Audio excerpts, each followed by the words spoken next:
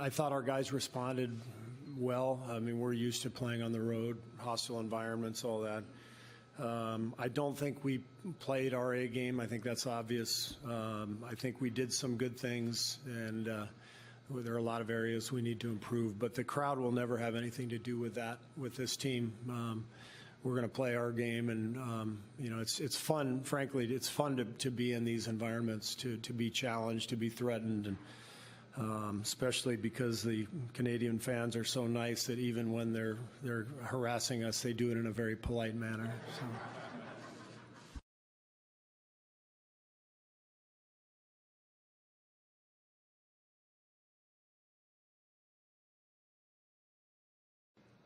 Ask Drake talking on the sideline. Like, I think so many people make a big deal out of it. It is what it is. He a fan, he talk, and it gets more attention because he's Drake. So many people have complained about it. Like, you don't let any other fan do that. Yeah, any other fan just not Drake. So they probably shouldn't be able to do that. That's just kind of how the cookie crumbles. You know, he's worked his ass off to be who he is, and when you do that, I think we all know when you do that, you get more leash than others. So I think there's so much talk, and like the NBA need this. No, they don't. Like, he worked to be who he is. You should get more leash, but I don't mind it. It's fun for me. The reaction, it seems like most people back in the States are rooting for you guys to lose, and then obviously here in Canada, you have a whole country who's probably pulling for the Raptors. Do you guys feel that you guys are kind of the enemy of the series and people want to see you get knocked off the top? Yeah, that's cool. You know, people in the States are rooting against us because we beat all their teams. So it's all good. You know, when you're at the top, no one's ever cheering for you to stay there. You know, people want to see you get to the top and they want to see you fall. That's just kind of the mind of the most human beings. So it's all good, but yeah. Draymond, when you were talking a little bit about Siakam last night, how he's kind of played himself into a guy in this league, do you have a little more respect for guys like that as kind of a player in your own right who, you know, didn't come into the league as a, you know, top five kind of guy who everyone said was going to be a star right away and had to kind of play his way into the respect he's gotten? Absolutely. I don't necessarily think it's, you know, it's a different respect. You know, like I respect guys who top 5, top 10 guys in the league. And, you know, for instance, like LeBron. LeBron came in the chosen one, King James, all these things out of high school. And he actually lived up to it.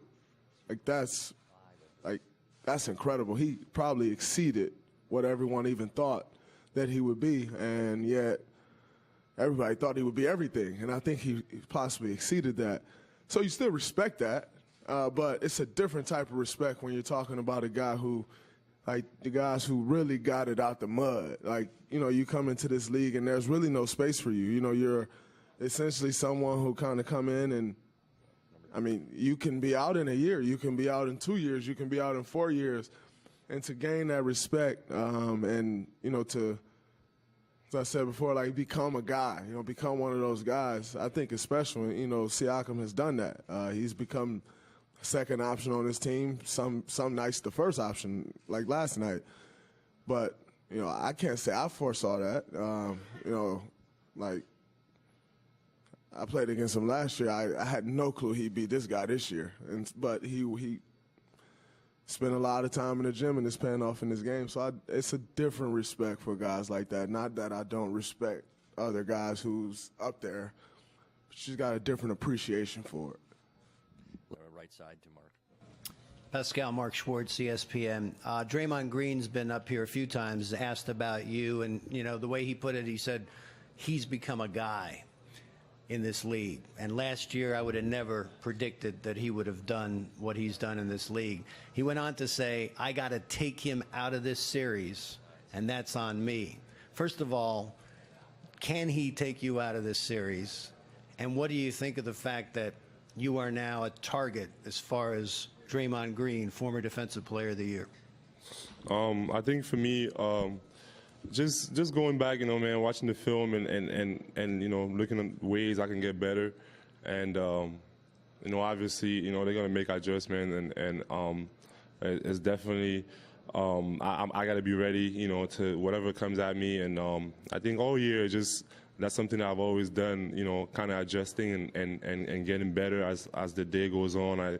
And I think, you know, that little playoff experience and knowing that games are going to be different and things, you know, you're going to have different looks that maybe you did first game or whatever, you know. For me, it's just about adjusting.